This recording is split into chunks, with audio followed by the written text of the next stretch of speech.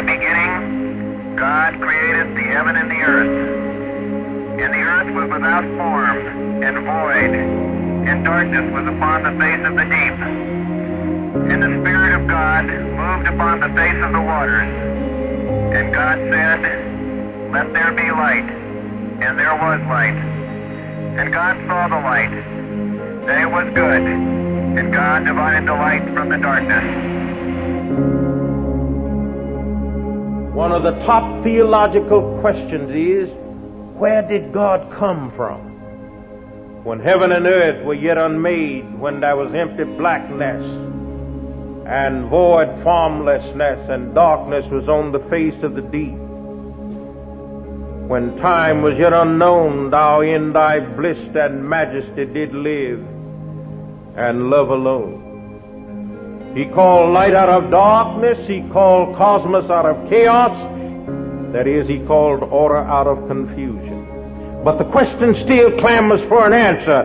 Where did God come from? The earth was created 6,000 years ago in 6 days by God. I am confused. Being philosophically consistent and being a very honest person, I'm sure you can tell me where God came from. And in addition, once you've told me where God comes from, please try to clarify how you can figure that a spiritual force can have an impact on a material universe to create it.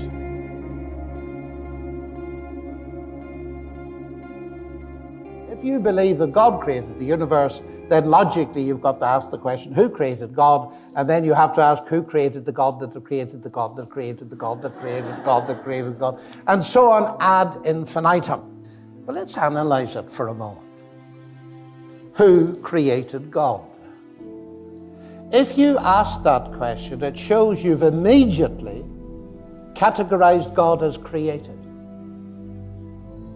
So you're talking about a created God. This question is extremely interesting because it's an illustration of a question that already rules out the explanation that's most likely to be true. Because the Christian claim is that God wasn't created. The world, whatever you believe, if you grant that you can't get something from nothing, right? You can't get something from nothing. It can't be the case if you accept, as I think everybody does, that that this option is ruled out. Once upon a time there was absolutely nothing, and then all of a sudden there was everything, or anything. You can't get anything from nothing. You know, that just goes against all logic. So if you believe that you can't get something from nothing, and you grant that there is now something, which I'm hoping you do since I'm talking to you and I'm a something and so are you, then there must have always been a something. Everyone has to believe that something has been forever. Otherwise, we'd still have nothing. So it's a question of what is the something that has been around forever? Now here's the thing. Everything we know about the physical world tells us that it's not a good candidate for something that has been around forever. Especially since the 30s of the last century, with the acceptance of the Big Bang Theory, which is pretty much uniform now, which is telling us that this universe, as we now know it, is a one-way show. It's a one-time, one-way show. Everything indicates that energy is being used up, as I mentioned earlier. Second law of thermodynamics is very well established. The suns are running out of energy. We now know that the outer rim of the universe, the farther out we go, the faster it's expanding. So the expansion seems to be speeding up, and we have no way of explaining that. Energy is being used, and everything we know about it is that it's used up. So the physical world, physical reality, isn't a good candidate for the something that must have always been for there to be anything. So whatever there was that is the cause of what is, must be quite different than what is. Because what is, by definition, as far as we know it, can't always have been. And I submit to you that all contingent reality, which is simply reality that could be otherwise, this chair, you, me, virtually everything you're seeing here, it came into being, it goes out of being, and it's forever on the precipice of non-being. It's not solid. It disappears in time. That all those things don't explain themselves. None of this explains themselves. And the totality of contingent things don't explain themselves. They're like rope. Everything depends on everything else. It's like dominoes. And at some point, you have to suppose that there must be something that's very much unlike what we're trying to explain what we're in the process of. So if God was uncreated, in the beginning was the Word was with God, and the Word was God. He already was. So the central Christian claim is, and in Judaism and Islam, of course, equally, is that God is eternal. So the question, by definition, doesn't even apply to him. The only way you can get anything out of it then, in the negative sense, is to assume that everything is in the category of the created, but that's just begging the original question. And the Greeks were interested in it, and that's why John's Gospel starts with those words. In the beginning, the Word already was, and then it says, all things came to be through him. The Greeks were interested in the question of two categories: the things that came to be, the created things, and the things that already were. And the question resolves down to this: is there a thing or a being that never came to be? And that is the Christian claim, and he's called God. You say that who created God is a legitimate question. I don't think it is, but let me assume now that it is. You believe that the universe created you. So I beg leave now to ask you, using your own question, who created your creator? I'm waiting still for the answer.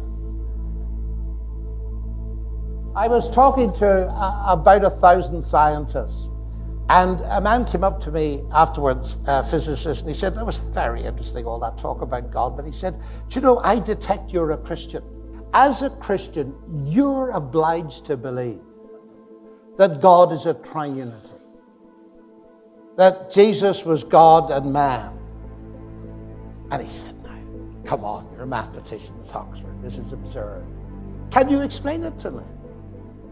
Well, I said, can I ask you a question first? He said, sure. So I said, tell me, what is consciousness? And he thought for a second, and then he said, I don't know. I said, that's okay, let me try an easier one. What is energy? Well, he said, I'm a physicist, I can measure energy, I could use it. I said, you know, that's not my question. What is it? He said, I don't know. Oh, I said, that's very interesting. You don't know. Tell me, I said, do you believe in consciousness? Yes, he said. Do you believe in energy? Yes, he said. So I said, you believe in these two things, you don't know what they are. I said, should I write you off as an intellectual? And he said, please don't. And I said, but that's exactly what you were going to do with me 5 minutes ago. Now I said, if you don't know what energy is, and nobody does, if you don't know what energy is, don't be surprised if energy, light, gravity, and consciousness are a mystery. Don't be surprised if you're going to get an element of this in God. You're bound to get it. Question, who created God? Well, this is not at all difficult to answer. A timeless, eternal being cannot have a cause. As Keith Ward points out in his book, God, Chance, and Necessity, if one asks what caused God, the answer is that nothing could bring into being a reality which wholly transcends space-time and which is self-existent. To fail to grasp such an idea is to fail to grasp what God is. Everything that begins to exist has a cause. Something cannot come into being out of nothing. But if something is eternal and timeless, then it doesn't fall under that first premise. It doesn't need a cause. Even atheists like Daniel Dennett recognize that if eternal verities exist, like numbers or mathematical objects, they don't need a cause because they never come into being. They don't begin to exist. And the concept of God is the concept of an eternal, self-existent, necessary being, and therefore the answer is simply that God is uncaused. He is self-existent. Our definition of God is the uncreated creator of the universe. So to ask the question, who created the uncreated creator, is kind of like asking, what sound does silence make? Or, do you see what I'm saying? There's a definition of silence that precludes us from asking the question. And that is really what we're doing here when we ask the question, who created the uncreated creator of the universe? Do we as Christians have a problem in grounding our beliefs in a God that is uncreated? And does the atheist have a better answer for this? Well, I'll tell you, as a non-believer, and I was a non-believer till I was 35, I also believed in an uncreated creator. Maybe it was a multiverse generator. Maybe it was some quantum environment in which our universe emerged spontaneously. Regardless of what it was that caused the universe, as an atheist, I would have told you that that thing was uncreated. So it turns out everyone believes there's an uncreated creator. So which I want you to fill in the story of the rest of the beginning of the universe. God, spiritual matter, impact on material matter. Okay, so 2 questions. All right. Go ahead. All right, your question, where did God come from, assumes that you're thinking of the wrong, obviously it displays that you're thinking of the wrong God. Because the God of the Bible is not affected by time, space, or matter. If he's affected by time, space, or matter, he's not God. Time, space, and matter is what we call a continuum. All of them have to come into existence at the same instant. Because if there were matter but no space, where would you put it? If there were matter and space but no time, when would you put it? You cannot have time, space, or matter independently. They have to come into existence simultaneously. The Bible answers that in 10 words. In the beginning, there's time. God created the heaven, there's space, and the earth. There's matter.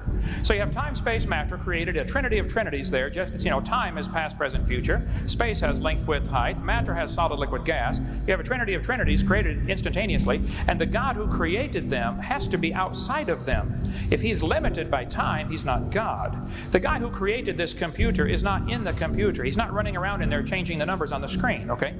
The God who created this universe is outside of the universe. He's above it, beyond it, in it, through it. He's unaffected by it.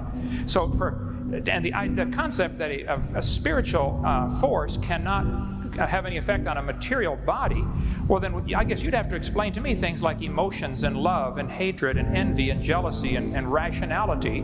I mean, if your brain is just a random collection of chemicals that formed by chance over billions of years, how on earth can you trust your own reasoning processes and the thoughts that you think? Okay, so your question, where did God come from, is assuming a limited God. And that's your problem. The God that I worship is not limited by time, space, or matter. If I could fit the infinite God in my 3-pound brain, he would not be worth worshiping, that's for certain. So that's the God that I worship. Thank you.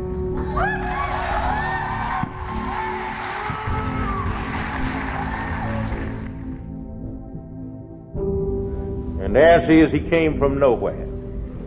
Now that's theologically correct and it's biblically sound. For Habakkuk said, I saw him when he left the hills of Teman, the Holy One from Mount Paran, and Teman simply means nothing or nowhere. So he came from nowhere. I made that statement in Detroit some time ago, and a man talked with me after the meeting, and he said, Preacher, let's be reasonable about this thing. You were up there tonight talking about God came from nowhere. That doesn't make sense. Let's be reasonable about it. I said, all right. If you just want to be reasonable about it, the reason God came from nowhere, there wasn't anywhere for him to come from.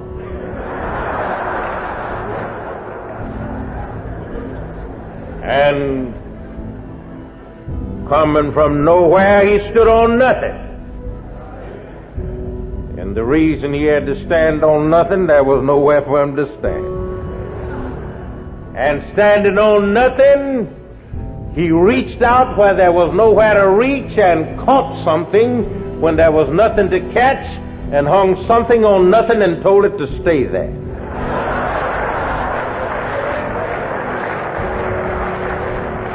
Now you'll find that in Job 26:7 that he hung this world on nothing. And standing on nothing, he took the hammer of his own will and he struck the anvil of his omnipotence, and sparks flew therefrom. And he caught them on the tips of his fingers and flung them out into space and bedecked the heavens with stars. And nobody said a word. The reason nobody said anything, there wasn't anybody there to say anything. So God himself said, that's good. And God has given Christ a name that's above every name. That at the name of Jesus, every knee should bow and every tongue shall confess that Jesus Christ is Lord, to the glory of God the Father.